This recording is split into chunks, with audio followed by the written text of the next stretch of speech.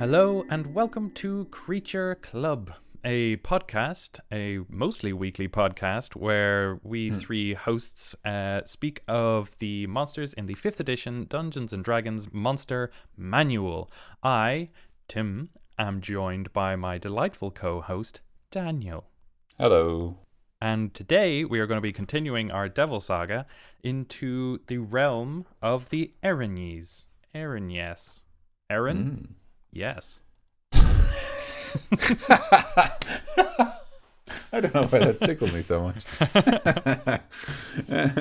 Yeah. So these guys are I think among the few greater devils that we've done. I mean, we've done a couple of the greater devils, have we? Yeah, we've done one or two. But maybe. Yeah. I think we've actually done one other greater devil, which was the Bone Devil. Yeah. Bone Devil is lesser. Horn Devil, Erinyes, Ice Devil, and Pit Fiend are the only 4 in the Greater Devils. Have we done any of that? We did the Ice Devil, did we? No, we didn't. This is our first Greater Devil. We got there. Get on top of it. Fuck, Tim. Okay. So the first of the Greater Devils is the Erinyes, who is the Lady Devil, basically. Would you agree with that? Yeah, so the Erinyes is depicted in the book as a armored humanoid with red feathered wings and a big sword. And this illustration here, they also have a rope. It does say in the description that they can appear as male or female. So it's just, it doesn't really matter which, but either way, they're always very attractive and appealing to mortals. Ooh. Well, surprise, surprise, this is our first devil with some actual real-world lore. Isn't that mad? Yes, it is. I've checked. So their origin is in Greek mythology. They are derived from they are derived from the Furies. The Erinyes is actually just another word for the Greek Furies. And the Furies were the Greek goddesses of vengeance. They're kind of referred to as a couple different things. They were referred to as the Furies, the Erinyes or Erinyes, but they're also referred to as the Eumenides, which was... Eumenides goddesses? Eumenides ones! Eumenides actually means kind of gracious ones, which I think was meant as kind of a... A dunk? Yeah, kind of. Like they would just be like, oh yeah, the gracious ones over here trying to punish me for murdering my father. Anyway, so in Greek mythology, there are 3 kind of original ones. There is Alecto, who was the goddess of moral crimes, i.e. anger and stuff. There was Tisiphone, who was the goddess of murder. There was Megara, the goddess of infidelity, oath-breaking, and theft. And so they weren't really the gods of these things in as much as they like patronized, they weren't patron gods of these things. They punished people basically for all of these crimes that they would have committed in the real world. Yeah. And typically against like nature and stuff. All 3 of them came together when you were committing crimes against nature. Oh, that's interesting. So if you were like trying to fight against death or something, or trying to live forever, or just kicking over loads of trees or something. Yeah, just kicking them over. Yeah, and the most severe punishment was actually saved for people who killed their fathers and their mothers, the patricide or matricide, because they would bring on a madness that would cause them to just go crazy, basically. They caused madness? Does it explain, like, is it just like they just cursed you, or is there like any specific thing, just out of curiosity? There's no specific thing that I could find, but they basically just caused you madness by like consistently, presumably just bothering you and badgering you and causing all of your attempts at things to fail. Flying around you and yelling things and stuff like that. Yeah, sure. Maybe not as dramatic as that, but just kind of harrying your everyday life, essentially, and causing you to go a bit mad. An example of that was actually Oedipus. And Oedipus is actually in the second book. I think it was Oedipus of Clopas or Clopas. I had it written down, but I can't remember it. Hey everyone, just editor Tim interjecting here. It was Oedipus at Colonus was the name of the second Oedipus book, as you were. It was written after Oedipus Rex.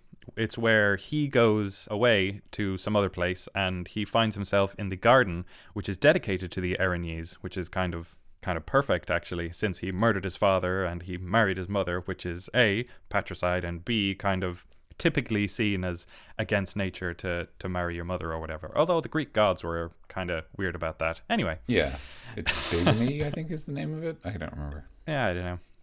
So their physical descriptions in Greek mythology are kind of all over the place, as well as kind of exactly what they do. Like, my description of them there was kind of just a very singular kind of typically understood to be the Furies or the Erinyes, but they are described as ugly, hairy women entwined with poisonous snakes, or they are described as maiden hunters, or they were described as having snake hair with bloody tears always flowing from their eyes. Holy shit. They might have dog heads, they might have pitch black bodies, they might have bats' wings.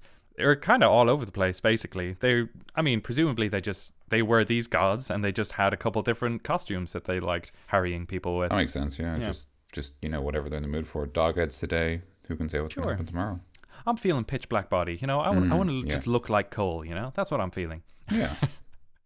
Their weapon of choice was the scourge, which is a many-tailed whip, which was just kind of brutal. So that's kind of hearkening to what we have in the book, which we'll be getting to.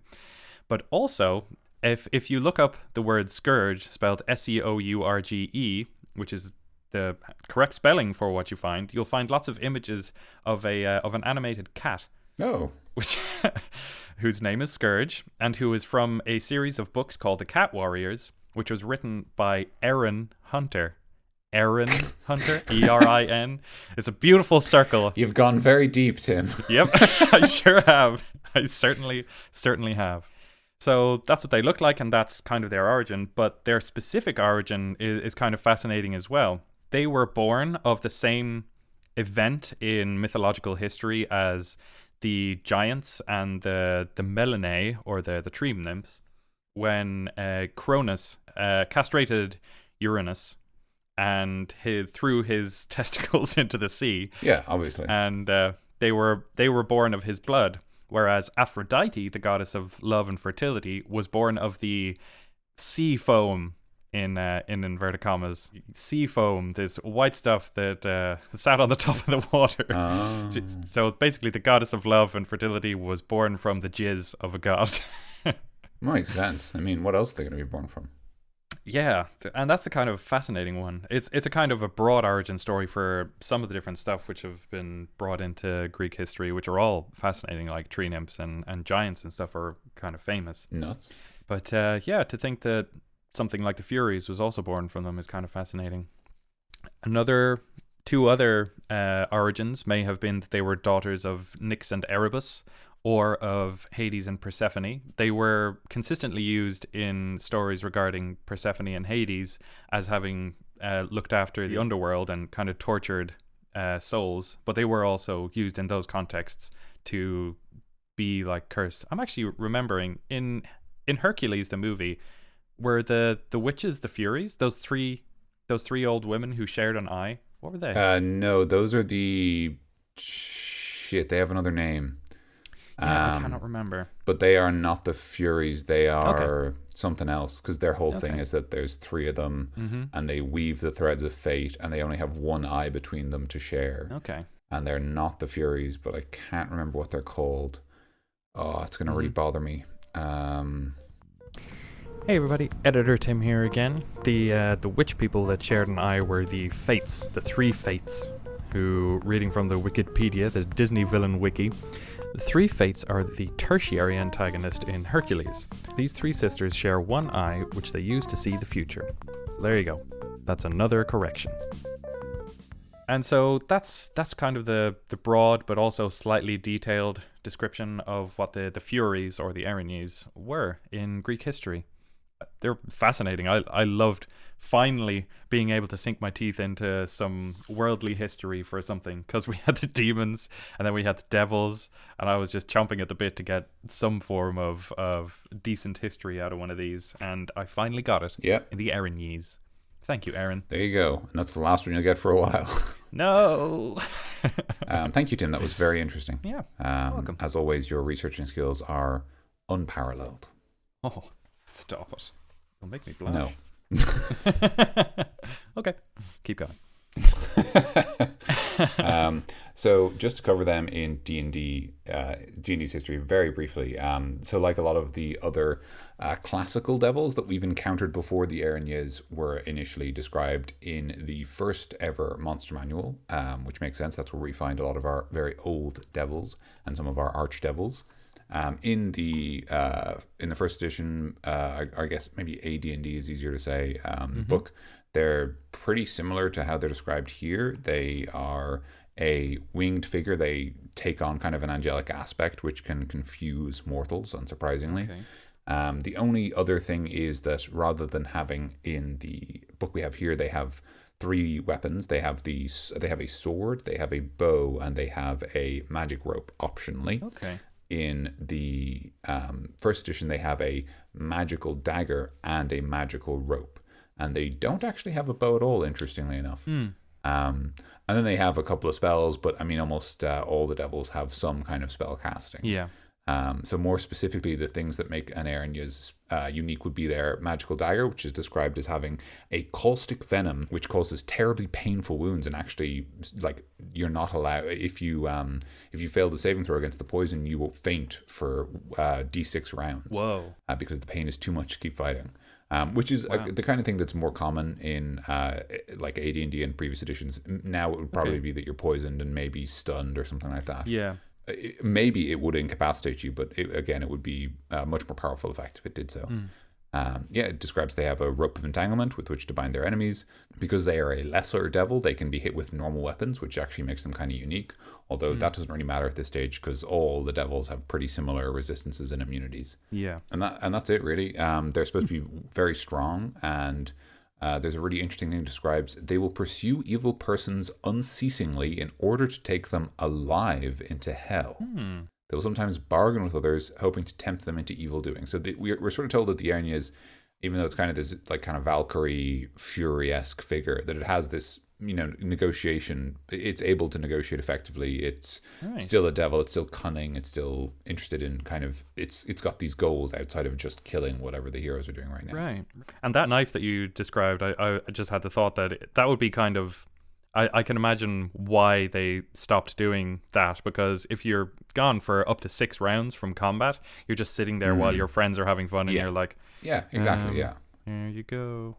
Whereas if you're stunned or something, you can resist it every round, and at least you get a roll. Yes, exactly. Or something. Yeah. And as we will get to when we talk about the stat block, there is kind of a reference to that previous ability in the Erinyes new stat block, but it's a little different, a little more kind of bit more modern sensibilities, so that it doesn't just knock you out of the round, just knock you out of the fight for 6 rounds. Okay. I always think when I think about abilities that just knock you out is like, you can go up and get the tea, you can go make the next round of tea or something like that. Like, you can just be like, anyone need a top up or whatever? Like, I've got nothing to do for a few rounds. Stretch your legs, But yeah, it isn't, unless, you're very pragmatically minded. It's not very fun to not be able to play the game because someone hit you with a very clever dagger that they brought from home. Does it even specify in it that you can be shaken awake like you can in D&D? Like, if you are knocked unconscious, like you faint, basically. Well, not unconscious. Unconscious is an actual, if you're put to sleep, we'll say, can they be shaken awake in AD&D? I wonder, is that specific? My instinct says that that you could probably do so, but probably the more realistic outcome is that it's more abstracted, because it just says save versus poison or faint for 1d6 rounds. So like, I think the idea would be that like fainting is kind of a, it's just a description of what's happened to you. So, Right. it would be up to the DM to decide, yes, you can spend your turn waking up your party member, or no, you need to use clerical magic because it's a wound that's causing them to faint, and so you need to do Right. something about it. Okay. And that would be kind of the sort of thing I'd expect from AD&D, but without knowing more about its core rules, which, to be honest, I don't. And reading it would be, I just don't want to. I don't know if I would probably enjoy parts of it, but I find I would probably find a lot of it slightly weird, because it would have that thing of like, you expect it to be the same and then it's different and you're like, wait, what? It did specifically say that it had a caustic poison in it, so it is a physical as well as like possibly magical effect. Yeah, exactly. Yeah, as it says in 5th edition, when we talk about poison, like it says save versus poison. So again, if you're playing, say, the dwarf, you're like, oh, I've got a benefit. I've got a +4 when I roll against poison, so I'm actually less likely to be poisoned. Like that kind of thing would still exist. So yeah, it would work like a normal effect, but it's just I think just there's a slightly different interpretation of how, I think in AD&D the idea is that if you're fighting any kind of devil, you've probably gone in over your head.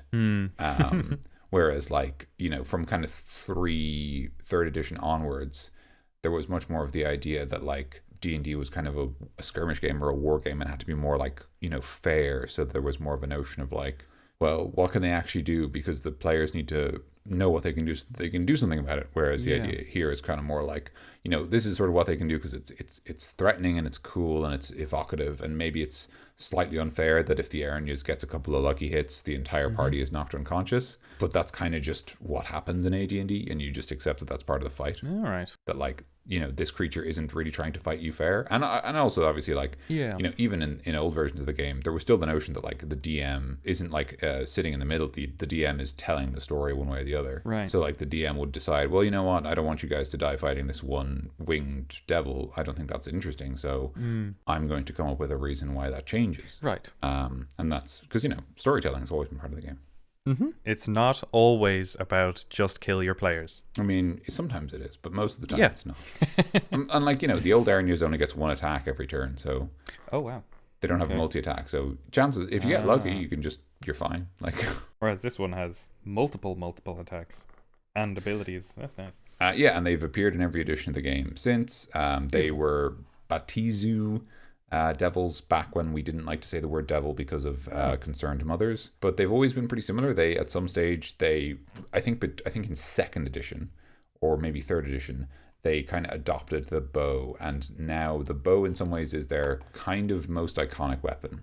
I think it was for a while. I believe back in 3rd edition it was their kind of iconic thing that they used a bow, because obviously a lot of devils use like big sticks or swords, and so the Erinyes was kind of unique for using a ranged weapon, which immediately mixed up fights. And they still have the bow, but it's less important now because they've got a sword too, and they've still got their magic rope and everything else. They're large and in charge.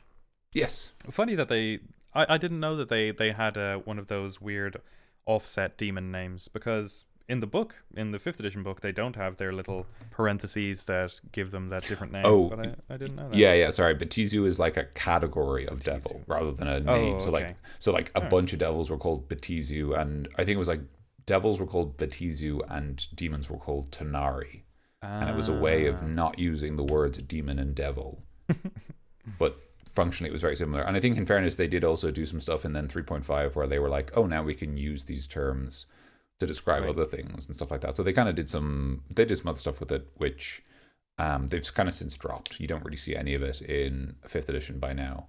Yeah. But it was just kind of a way of avoiding that concern. Yeah. Would you like to read the short paragraph on the Erinyes in the book?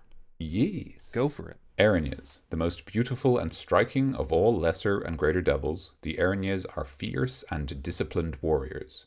Sweeping down from the skies, they bring swift death to creatures that have wronged their masters or defied the edicts of Asmodeus. The Erinyes appear as male or female humanoids with statuesque builds and large feathery wings. Most wear stylized armor and horned helms and carry exquisite swords and bows. A few also use ropes of entanglement to ensnare powerful foes.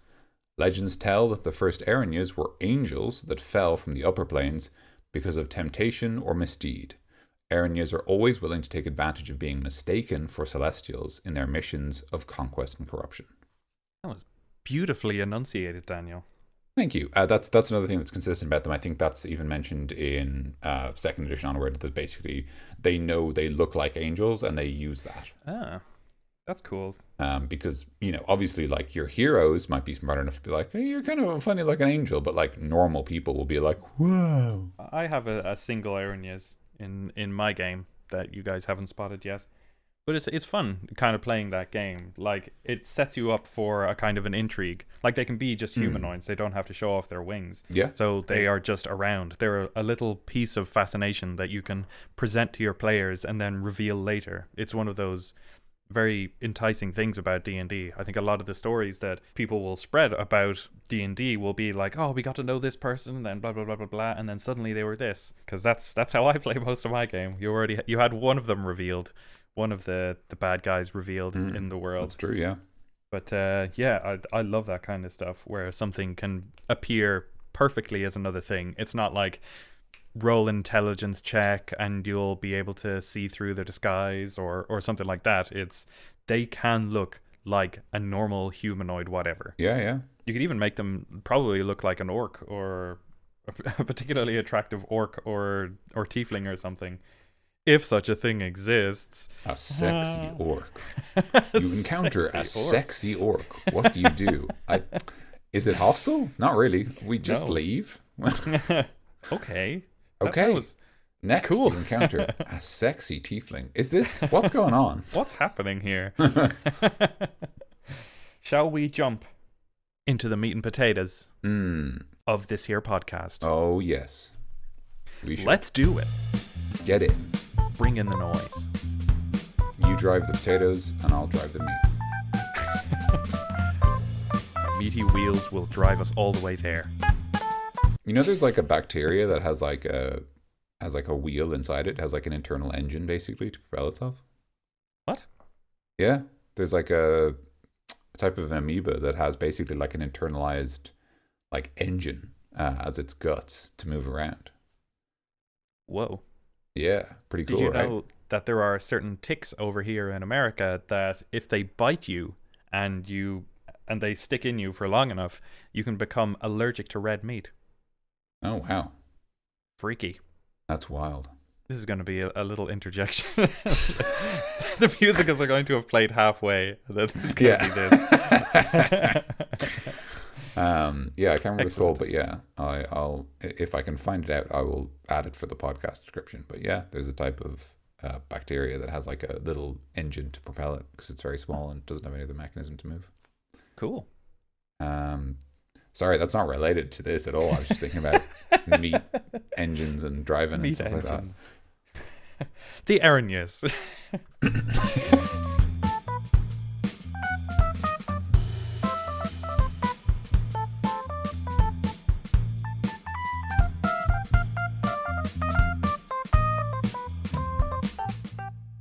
Medium Fiend, open brackets, Devil, close brackets, Lawful Evil. Armor class 18, hit points 153, which is 18d8 plus 72. Their speed is 30 feet on the ground, and they have a fly speed of 60 feet. Their strength is 18, their dexterity is 16, their constitution is 18, intelligence 14, wisdom 14, charisma is 18. A nice solid block. Nothing out of the reach of a standard boy.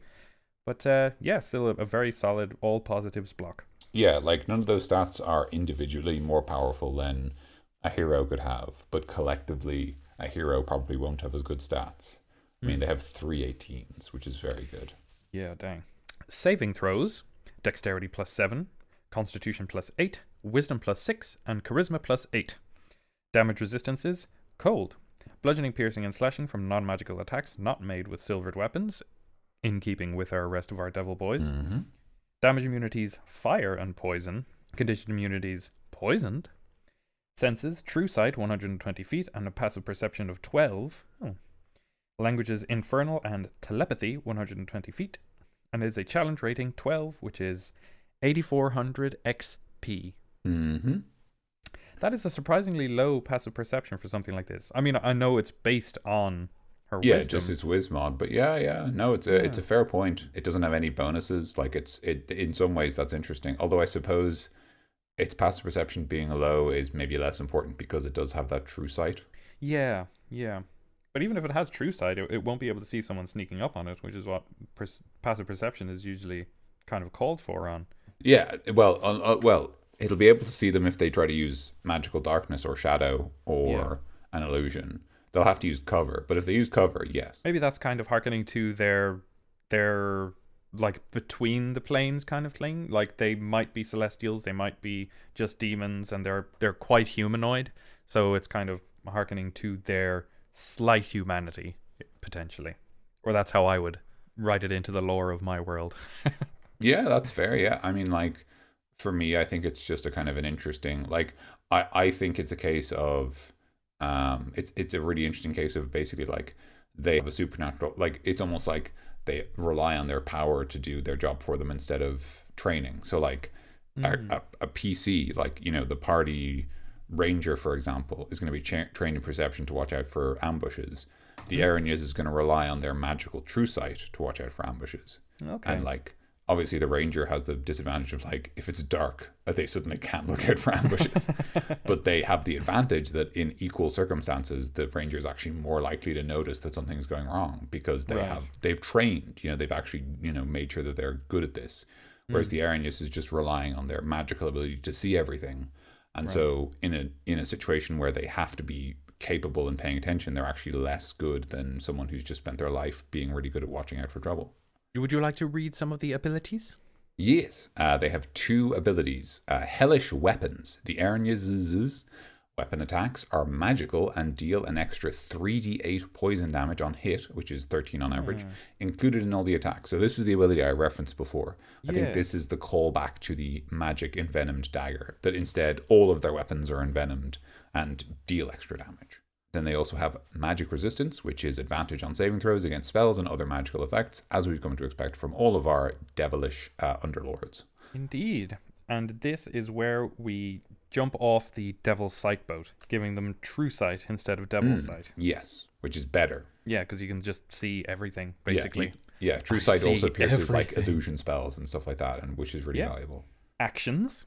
It has a multi-attack. The Erinyes makes 3 attacks. A longsword, melee weapon attack, plus 8 to hit, reach 5 foot, 1 target, which is 8, or 1d6 plus 4, slashing damage, or excuse me? 1d8 plus 4. What did I say? You said 1d6. Did I?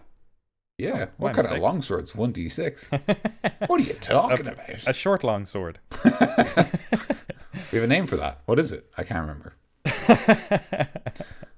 Hit 8, or 1d8 plus 4, slashing damage, or 9, or 1d10 plus 4, slashing damage if used with 2 hands, plus 13, a 3d8 poison damage. The longbow is a ranged weapon attack with plus 7 to hit, a range of 150 to 600 feet, 1 target, a hit is 7, a 1d8 plus 3, piercing damage, plus 13, a 3d8 poison damage, and the target must succeed on a DC 14 Constitution saving throw or be poisoned. The poison lasts until it is removed by the Lesser Restoration spell or similar magic. That's a or whatever. I don't know. Non-specific. Lesser Restoration or something. I don't fucking care. What? Am I a rules writer? Figure it out. Yeah, fucking get on with it. Jesus. Running out of space on the page here. We got this big picture of an angel. I can't fit it all in here. It's fine. You'll figure it out. Reactions. Parry. The Erinyes adds 4 to its AC against 1 melee attack that would hit it. To do so, the Erinyes must be able to see the attacker and be wielding a melee weapon. So that's an ability we've seen on a couple of creatures. It's kind of a generic monster feature they give to a lot of different creatures that are kind of like capable combatants. We saw it, I think, last on the Marilith, which was the 8-armed demon warrior.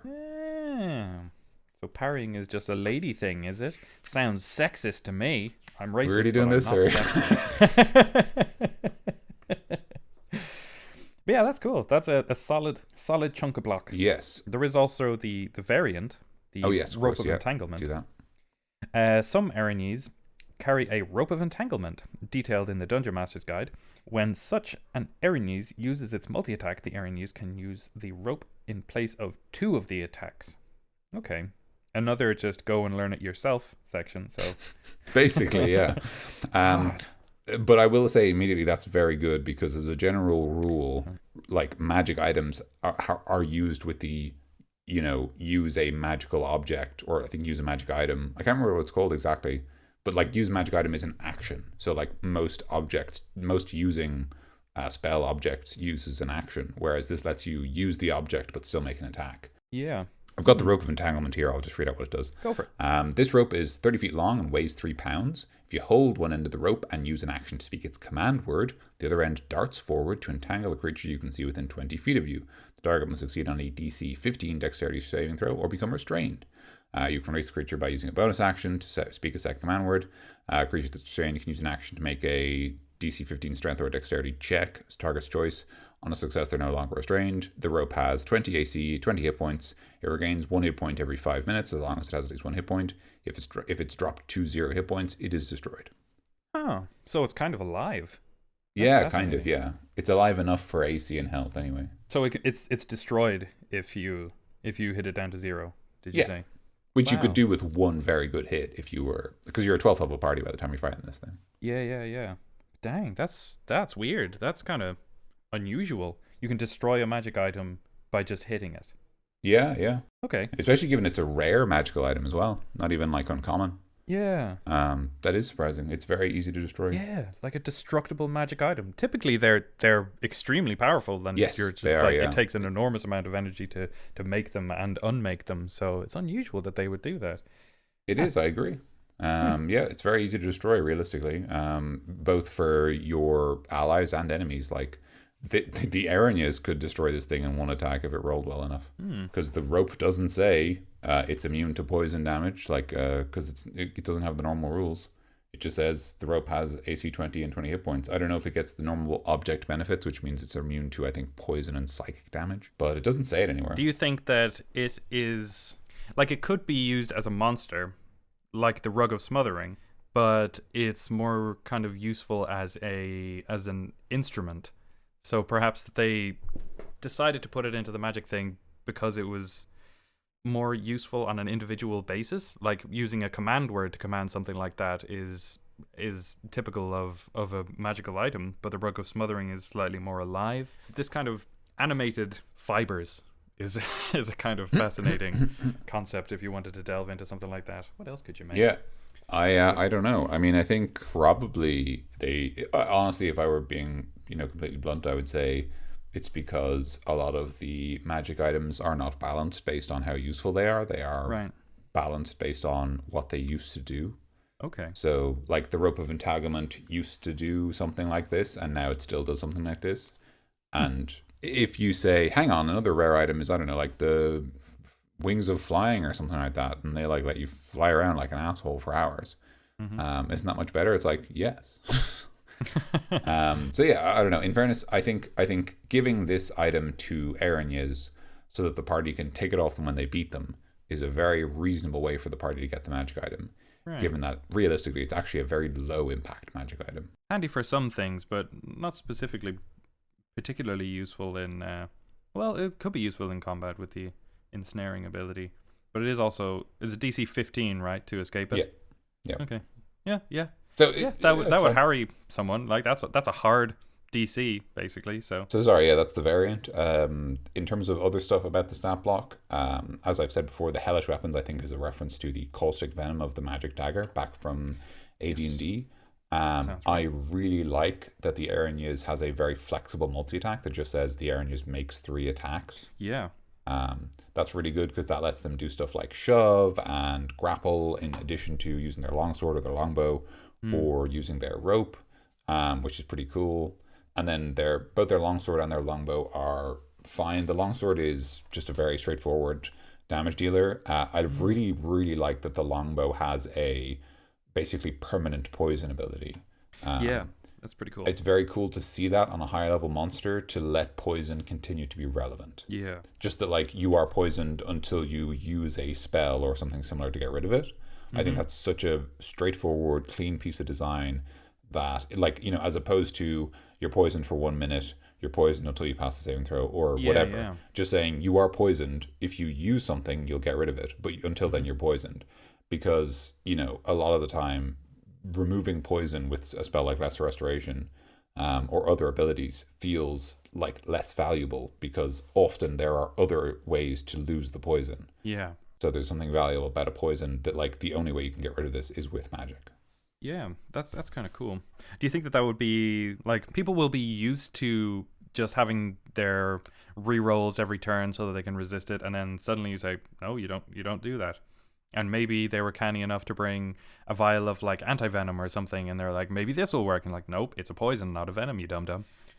You don't know. Yeah, so that's a cool little thing. Is that the first time we've seen something like that so far? I think it is. I believe it is, yeah. I'm not entirely sure, but I believe it is. Do you think that the Erinyes makes 3 attacks is saying that even without these weapons that they can attack, but does that imply that their longsword and their longbow are so iconic of them that they might be recognized by someone and they might leave them behind and use some variant weapon? They'll just use like a normal short sword or long sword or longbow, and they'll keep their prized possessions, these kind of relics of the Erinyes, kind of somewhere else while they're doing whatever clandestine or particularly that righteous like, or unrighteous like thing. I interpret, because the multi-attack just says they make 3 attacks, I interpret that as they make any kind of attack. So that's, Cool. either the weapons they have with them, weapons they take off the party, weapons they've borrowed off another devil. Obviously the special attacks, as they're called in the player's handbook, which is the shove and grapple. There's also the optional rules from the Dungeon Master Guide, like overrun and disarm, so you could even let them do that, which would be kind of cool. You could give them cool it's 3 attacks, never mind. I was going to say they don't get 3 actions, because then that would be like, then you could run up to someone, punch them, and then disengage and then dash away again and then leave. Why leave? I think why not just attack them loads? No. No, this is better. This is me. This is who I am. I think that I would probably give them the ability to call their longsword and longbow into their hands as kind of a nod to the to sorcerers or warlocks having the ability to summon the swords for the Blade Pact. Yeah, that's fair. Yeah, just so that you don't have to like run off and get your cool sword.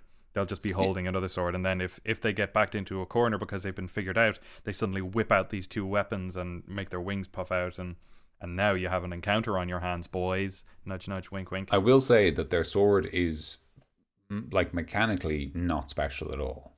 Yeah, their longbow is, but their sword isn't, because their sword is just it has +8 to hit, which is just it's the Erinyes proficiency plus their strength. So it's as good as any longsword the Erinyes can pick up in the world, with the additional poison damage. Well, no, because the poison damage is a class feature, hellish weapons. So they always have that. It says the Erinyes weapon attacks are magical and deal extra. So any weapon the Erinyes use immediately gets that benefit.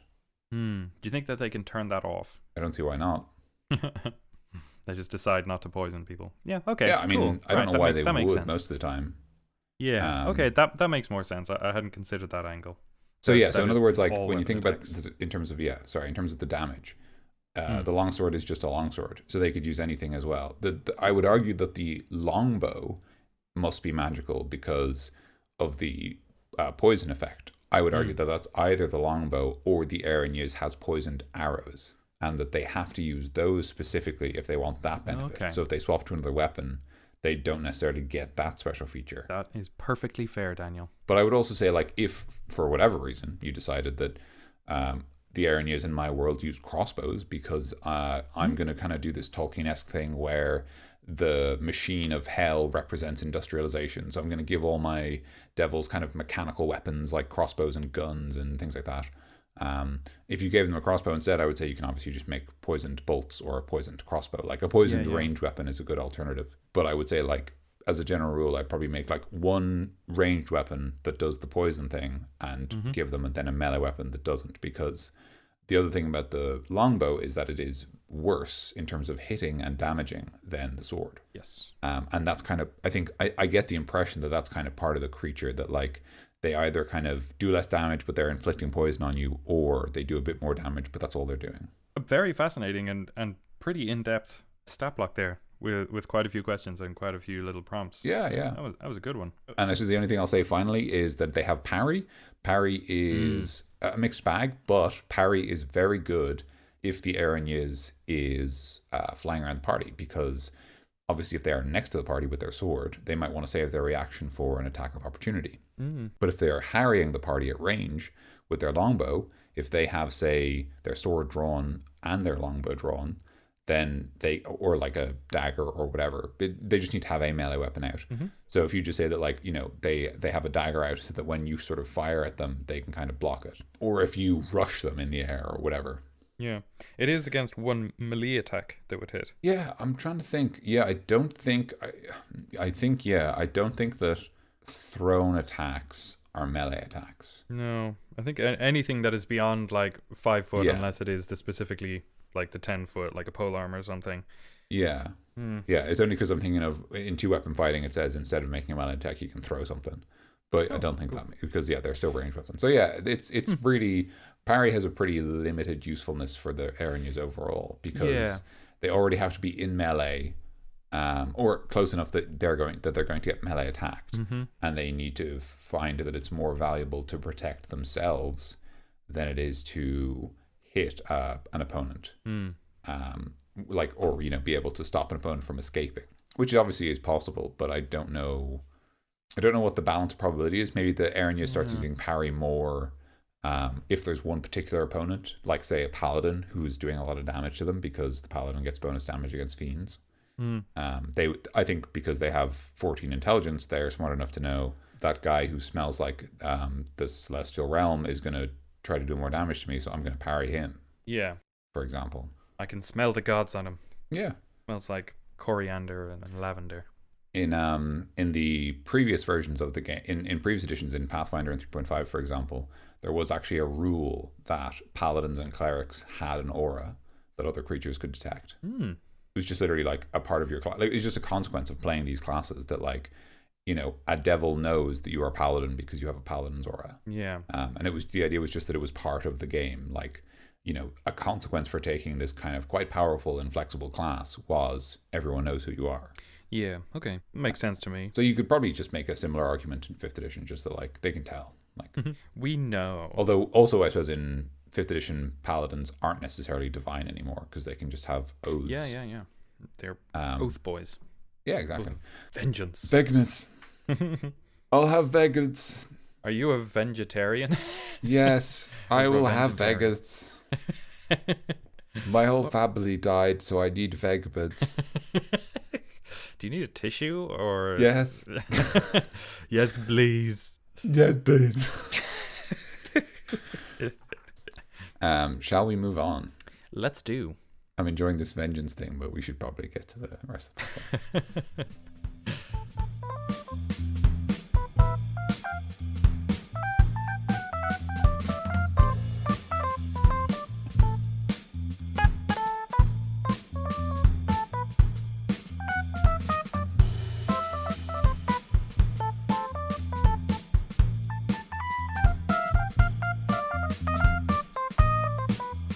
Okay, so the Erinyes in combat.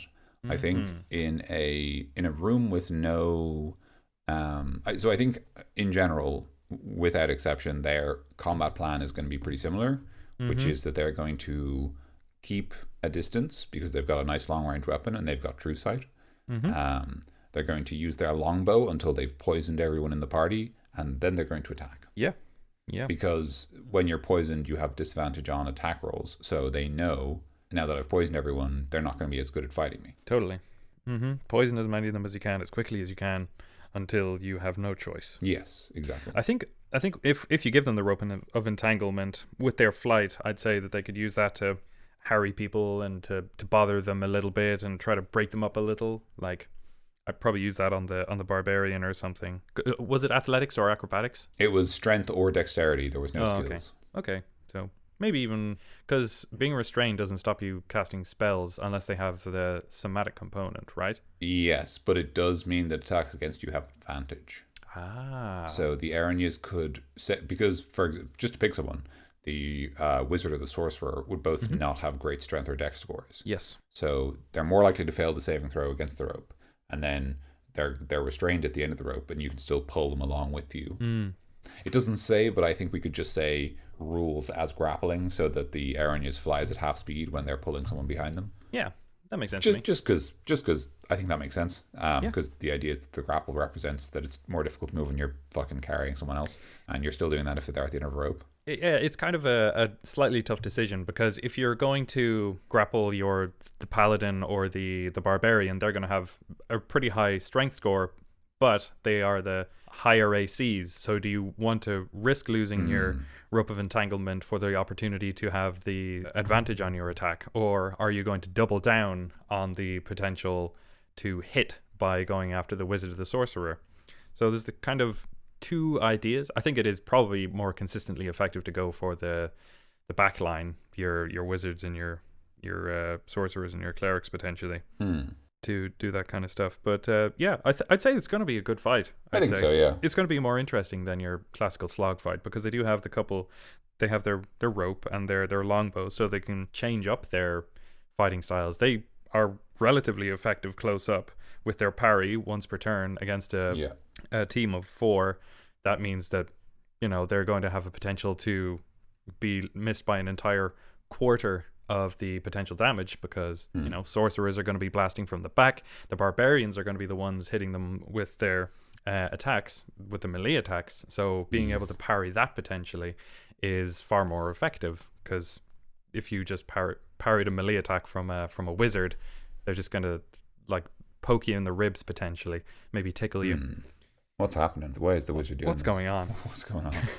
Yeah, I agree. I think the fight's going to be interesting, because I think the Erinyes is very... the two things I will say is that, first of all, the Erinyes has a great toolbox for dealing consistent damage, and in between their ability to... they've got the longbow for the long range, the longsword for the close-up, the rope for the middle, and they, of course, have magic resistance and a bunch of damage resistances, which means that they are going to be very hard to affect with any magic, to kind of hard shut them down. So that's a great kind of combination of things that means that they're very likely to be able to kind of run consistently throughout the battle. Yeah. And I think that the thing I will definitely say about the Erinyes is, again, they're not super smart, but they have an intelligence of 14, which is above average. It's like a very... That's canny. It's like in normal people, that's someone who demonstrates unusual alertness, I think would be fair to say. I think that's kind of a fair description, because you think about normal people are 10, which is plus 0, and this is plus 2. So that's plus, so 12, plus 1 might be the local elder who everyone turns to for information. Yeah. So to be someone even smarter than that would be someone who's very highly educated, or just very sharp and figures things out quickly. Yeah. And I think with that in mind, I would make the argument that definitely let your Erinyes read the party and try to react to them. Yeah. And being a very kind of warlike creature, they will have studied tactics and war, and just absolutely. understanding conflict, even down to from probably the macro and the micro scale. So they'd be able to fight a small group, and they'd be able to plan out an attack on a siege, or plan out a siege on a city. Yeah, they absolutely would. Yeah, they'd be so badass in a siege, by the way. They would, yeah. They remind me the fell beast in the Siege of Minas Tirith, just fucking hit a wall, just tearing shit up. Tear up 20 dudes and then fly away, and it's what's happening, man? I mean, their strength is 18, so they could very well do something like that. They could just fly, grab a couple dudes, chuck them, maybe even smash up a trebuchet. Maybe not. Yeah. Well, no, I mean, they do have a magic. They do have it says that their weapon attacks are magical. So yeah, and they have a sword, so they can just cut the ropes, cut the vital ropes. Even they didn't break the wood, because that wouldn't be sensible, but they cut all the tension so that it can't be used. And they probably understand siege engines, so they'll know the weak spots. So they'll just be able to, Yeah, although in fairness, an Erinyes will probably just say the weak spot of a siege engine is its mortal crew, and just kill them instead. Yeah, fair. And that way I get more souls. But I guess it depends. Delicious souls. So that's sort of them in general. I think they're very cool. I like them as a monster. I think they'd be a fun fight. Yes. I think there's a lot of cool things we can do for them in an encounter. Yeah. I think we want to limit the ground that the players can move around on, so that there's some reason they can't go everywhere. Maybe like we described, they're on the top of a wall during a siege, so they can't go anywhere really. They're pressed in on either side by soldiers, or there's collapsed fortifications and they can't go one way or the other. So like they're stuck up there. And so the Erinyes is able to kind of use that against them and harry them from above and circle around and try to pull them off the edge. I like that a lot. I like the idea that they can, like we've described, that they make those attacks. So maybe the Erinyes starts, if it notices, for example, that the party have maybe a particularly powerful weapon. Let's just pick one, for example, that let's say the fighter has a Holy Avenger, right? A really powerful holy artifact. The Erinyes might try to like disarm them with one of their attacks and then use the rope to pull the sword away. Maybe we can say like the Erinyes can't touch it because it's a holy sword. But their rope could touch it, so they can still steal it. Or they could use their bow to try to poison the person holding the holy relic, so that they consistently have disadvantage on their attacks, and they will be the only ones who will be able to use it, because presumably it's an attunement weapon. So they're going to be shot by this thing, potentially poisoned, and then they'll just be crawling around going, I am too weak. I am too weak. Someone take my sword. Balbo! Balboo! My guts are all over the place again. Where did you put my guts? I mean, I tend to think of them being used in the broader context, like as I said earlier, using them in the kind of spy realm almost as for the devils, because most devils will work for the archdevils and the big old scary god dudes, and so they will be part of these plans, and they are very effective hiders and stealthy, and they're canny and they're smart and deadly when needed to be. So I think they could be assassins, effective spies, and also, exciting reveals when your party understands that a friend or this nobody that they just kind of bullied or something like that was suddenly this extremely powerful creature. Maybe doing something like that would even be extra effective, like letting her be a voice of opposition to the party and let them shout her down, so that she is A, angry at them, and B, doesn't show herself until later on. You could even kind of retroactively do that if you wanted to. If there was somebody who seemed slightly evil but didn't have any like particularly directly evil intent, it was part of some further plan that you may have had, you can bring them back into it by saying that they were an Erinyes. Yeah. And reintroduce them as a big, scary, big bad. And I like them. Yeah, that's definitely true. I also like the idea of going back to that notion it described in the AD&D book, that they are obsessed with bringing evil creatures back to hell alive. I think that's really interesting. I think there's a really interesting opportunity there where we can sort of set aside the notion of evil as an alignment and set it as kind of a divine judgment. And so perhaps the idea is that a party member has done something that the divines have ruled is evil. Yeah. And so like maybe, the party are like, wait, hang on. Greg's not evil. I mean, he just made a bad call. Like to them, it's more like, he made a bad decision. Or this character made a bad decision or a series of bad decisions. And that's maybe something they're trying to atone for, but they've still done it one way or the other. And so now this Erinyes is obsessed with capturing them, but has to do so like alive. So that kind of complicates any fight they have, where the Erinyes can't kill this one particular party member. That's kind of fascinating as well, because in the reference I made earlier, the Oedipus, the final scene of it is or one of the final scenes of it is Oedipus's daughters, and I think is Thebes or something. Theseus.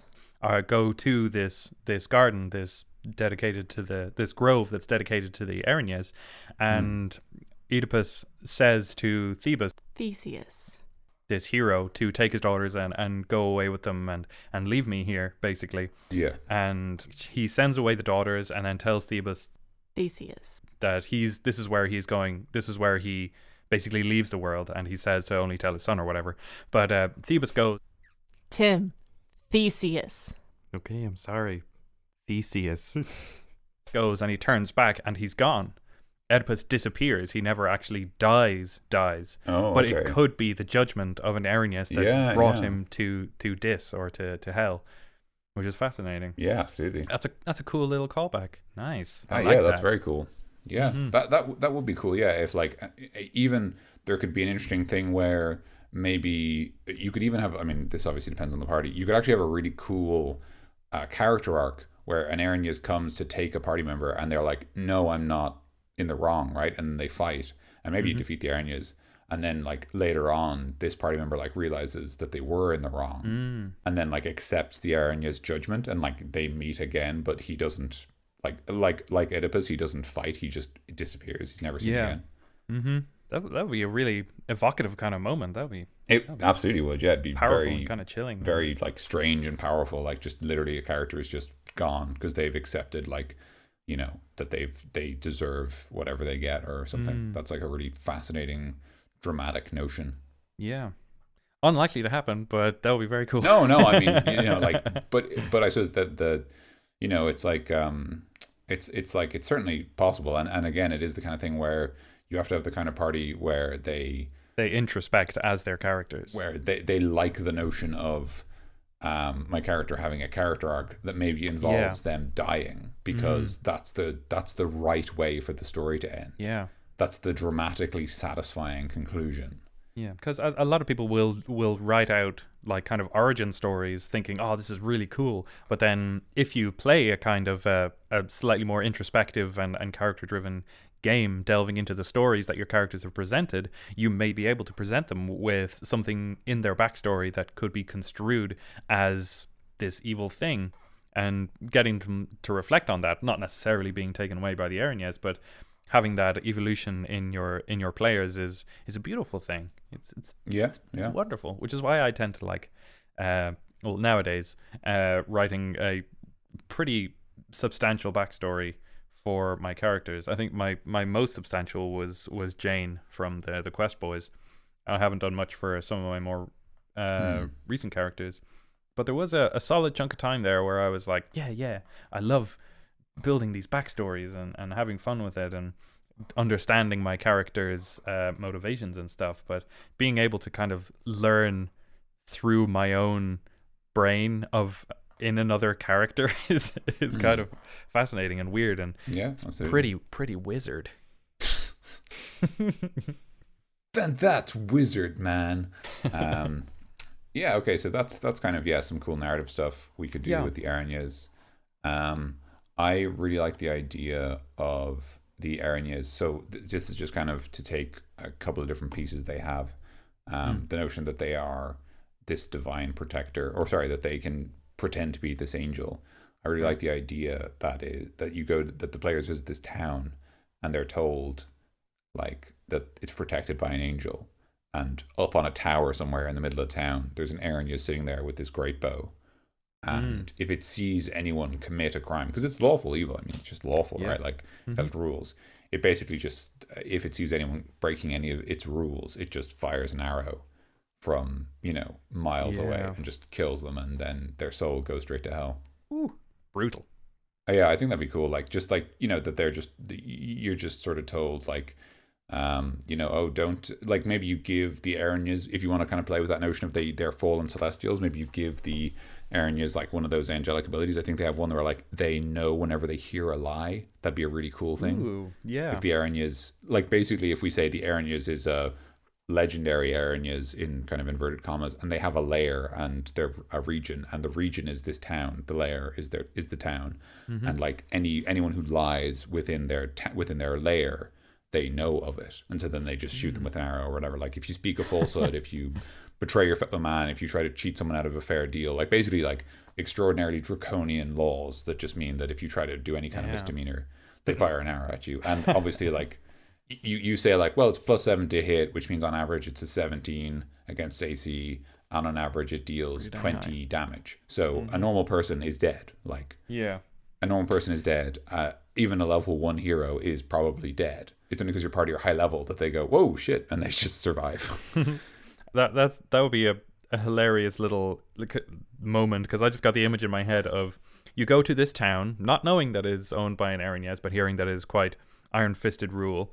But you meet the Erinyes, and you are speaking to her, and then she's talking, and then she suddenly stops and looks in a direction that looks like a wall, takes out this ethereal bow, shoots an ethereal arrow, and then the conversation continues, and the party's just like, what was that? Don't worry, my child. Yeah, I mean, I would definitely preface it. Like, I much prefer doing that. Like, where even the town guard say, like, "Oh, you should know, we have a divine protector in town." the angel, she will not allow any to speak any falsehoods. So, Okay. before you enter, you should make sure that you are pure and ready to enter. And do not sully these grounds. I think that'd be pretty cool. And then obviously, like the angel, like the Erinyes sits on top of this tower and just stands there stock still, except for firing arrows. Yeah. I like that a lot. And even I would, because the cool thing that you can do if you're smart is that the Erinyes using a bow on top of a tower is similar to a solar, which is the highest level angel, because the solar also has a bow. Yeah. So both of these creatures have a bow. So if the party are like, oh, do we know of any angels that use bows? You're like, yeah, roll a religion check. And you're like, yeah, the solar, the most powerful of the angels, the generals of the angelic hosts, they're known to use bows in battle, actually. They're like, holy shit, is that a solar? And you're like, you don't know, it might be. Like, and that's the thing. And then you can even have characters in town, right? Like priests in town who are, like the party, trained in religion. They go, well, I thought it was a solar, because why wouldn't they? Oops. It's supposedly an angel that, uses a bow. It passed its deception check, for lack of a better term, because it's extraordinarily charismatic, and so they just believe it, and it seems to be doing all right. And the only thing they don't realize, and then you reveal that there's some fucking terrible price where there's blood sacrifices to keep it in town and stuff like that. You can kind of reveal this cult and this conspiracy over time, because it should never be boring and straightforward. But I certainly think it's a cool start, just that there's you go to a town, they're like, oh, you should know, we have an angelic protector, and so you should be careful. That is rad. I like that a lot. I'm going to put one of those into my world now. I think that'd be really cool. Because it's just you're just like, what's happening? What's going on, lads? I just love stuff like that. I just love where you come up with a very clear set of rules. An Erinyes has got to this town. They've declared it their lair. Let's say that they are using it as a staging point to invade the material realm with the hosts of hell. But to do so, they need a big enough portal, and they need supplies for their soldiers. So they're amassing that using their cult in town, and they're using the veneer of respectability to keep their cult in power and to keep the town docile. Yeah, and the murder of these criminals in inverted commas is sending souls through whatever. Yeah, exactly. Yeah. Oh boy, did you come up with that last time? We did. Yeah. That's awesome. I like that a lot. I liked it enough that I wanted to mention it again. Oh yeah. Oh yeah. Oh yeah. I think that would be super cool, and I think that would be really fun. And the thing that I really like, and this is actually something I did in a recent game, the party I was running for, they encountered a Lamia, which is later in the book. Yeah. The Lamia is basically like a mini sphinx. Yeah. It's like a creature that likes to live in ruins in deserts, and it's evil, and it has loads of spells to control people. And it's not like a direct fighter, but it likes to have waves of minions. And so the party managed to sneak into this thing's throne room. And when they met it, even though it's a chaotic evil creature, I just had to try to persuade them to work for them. Because I'm like, the Lamia is smart and it has a high charisma, and it's just going to try and convince them, oh, actually, why don't you work for me, and I'll give you, because they came to the Lamia, they wanted to kill the Lamia because they wanted the sword the Lamia had, because it's a magic sword and they wanted it. Right. And the Lamia said, well, maybe I'll give you this sword if you work for me, and why don't you prove your loyalty? And they're like, how do we prove our loyalty? And they're like, oh, simple, go outside and kill that angel you were talking to earlier. And they're like, wait, what? Ooh. I've had a friend called Lamia, and I was like, that's a monster in Dungeons and Dragons. Yeah, and in Final Fantasy. Oh. But yeah, so again, I would say that this Erinyes, it's very charismatic, so that I think it receives supplicants. I think if the party want to talk to this thing, they can. Yeah. And it just isn't interested in fighting them. It's just well, what are you doing? Hang on, I'm the legitimate authority of this town. Are you attacking this town? What's happening? Yeah. That it just refuses to it refuses to make the first attack. It forces them to draw steel on this creature, so that the people of town are like, what are you doing? And then obviously the thing is the party can, what I like about that is the party, you can tell the party that maybe they roll when they're talking to it, one of them can say is this thing on the up and up? They can roll insight. You're you think they're definitely hiding something, and just they know there's something going on, but they can't find the pieces. So then they have this fun reason to investigate the town, and they've got this kind of conspiracy thing. But if they ever get bored, they can just go up and beat the shit out of the Erinyes and leave. And it's we solved this. we saved the town. Good job, Patrick. We saved the city. So yeah, I think that'd be a really cool, I think you could run a whole a campaign based on just that notion. Yeah, a whole little intrigue campaign. Yeah, exactly. Yeah. Shall we wrap it up there, or do you want to add anything? The only other thing I can think of is that you could. Is there anything we want to Monster Hunter off the Erinyes? I don't know. It feels a little inhumane to go for the old humanoids, but obviously the wings and stuff. Yeah, no, I was going to say, like, I don't think we necessarily want to do that, but I think we can say, for example, the rope of entanglement, if it's carrying one, that's a bit of treasure. We could talk about maybe its armor or its weapons being valuable. Again, I said, like, it maybe has a poisoned arrow or poisoned bow, so maybe you could say you get 10 arrows that do the Erinyes poison thing. Yeah. That's a pretty simple piece of loot that's like cool. It's like, oh great, we've got poisoned arrows that are like strong, like better than normal poisoned arrows. Yeah. You could it doesn't necessarily like make sense with the statistics, but you could say something simple as the weapons you take off the Erinyes are magical. Like, so you take its longsword and its longbow and they're magic weapons for the purposes of overcoming damage resistance. They don't necessarily deal the extra poison damage, but just so you have those weapons for fighting other creatures. Yeah.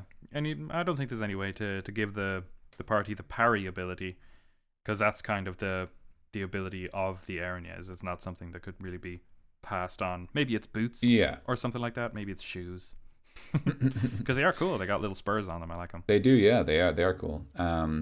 Yeah, I mean, like, yeah, you could also like butcher the creature on the grounds that it's not human, but it would be weird because it is humanoid. But like, people can do what they want. Cutting out a devil's heart is, iconic. Yeah, absolutely. So, even if they look like a person, cut out a guy's heart. Yeah, they're still not people. Like, they're still monsters. But monsters are people too, Daniel. Well, I mean, by the rules of the game, they're not. But yeah. So even just like the weapons they're carrying, the armor they're carrying, like they do have a set of medium plate mail, so that can be. Yeah. Anyone could use that. That's pretty handy. That's an expensive thing, like just money wise, it's valuable. So yeah, even without kind of going crazy, you could also just do some stuff like, you could, without doing any kind of butchery, you could impart some of the magic of the creature to its gear. So you could say that maybe its helmet gives you true sight. Maybe in killing it withers away from the inside and it leaves just its physical things. Yeah, actually, that's a really good idea. Yeah, just like nice and clean. And then they're like, oh, cool. And you're like, yeah, you get a set of plate mail and the helmet's got true sight and the sword is magic sword and the bow is magic bow, and you get these 10 poisoned arrows, and its armor has magic resistance. Maybe magic resistance. I'd be careful about that. Magic resistance is super good. Saying it, I was just thinking that's a lot.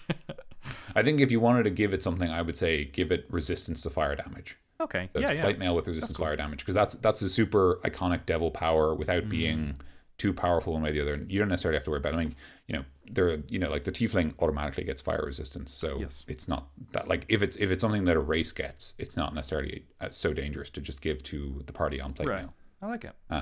So yeah, that's I think you're right, Tim. I think the idea of it withering away is a very clean solution. Yeah, and I think a lot of devils die that way anyway. Like they'll die and then they'll be cast back to the fucking realm of chaos or whatever. Yeah, the heck. The realm of law.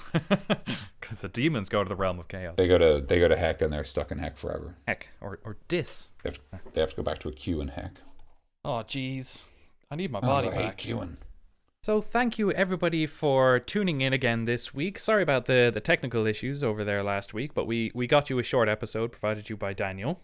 Some of the technical issues were that we actually recorded the Erinyes episode and there were some technical glitches with it, and unfortunately we weren't able to produce a full episode for you, so we have re-recorded a episode that you have just been listening to, and we are delighted to provide you with the entertainment.